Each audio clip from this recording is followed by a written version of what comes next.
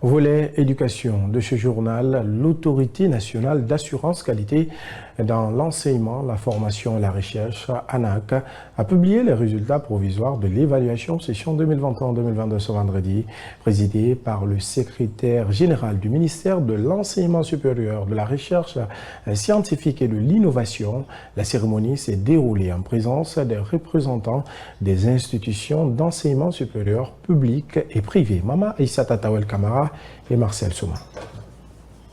Ils sont au total 13 experts étrangers et 56 experts nationaux qui ont participé à l'évaluation des programmes et des institutions d'enseignement supérieur de la Guinée. Un exercice au cours duquel le conseil scientifique a procédé à une délibération à 3 niveaux, particulièrement l'évaluation pour l'habilitation institutionnelle à délivrer les diplômes et les programmes de l'année dernière qui avaient été accrédités sous réserve avec un an pour se mettre au niveau des standards requis pour pouvoir obtenir l'accréditation. Sur l'accréditation des programmes, 67 ont été évalués, dont 46 programmes des établissements privés, soit 68,65%, et 49 programmes ont été accrédités au compte de la session en cours, ce qui est une nette amélioration de score par rapport à l'année dernière, soit 73,13%. C'est devenu une tradition pour nous de présenter les résultats des évaluations suite à ce processus.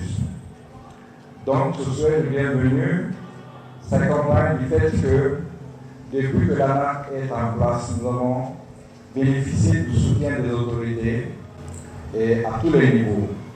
Je précise que le conseil scientifique a indiqué, et que l'on le proclame officiellement, que prochainement il n'y aura plus de programme accrédité sous réserve.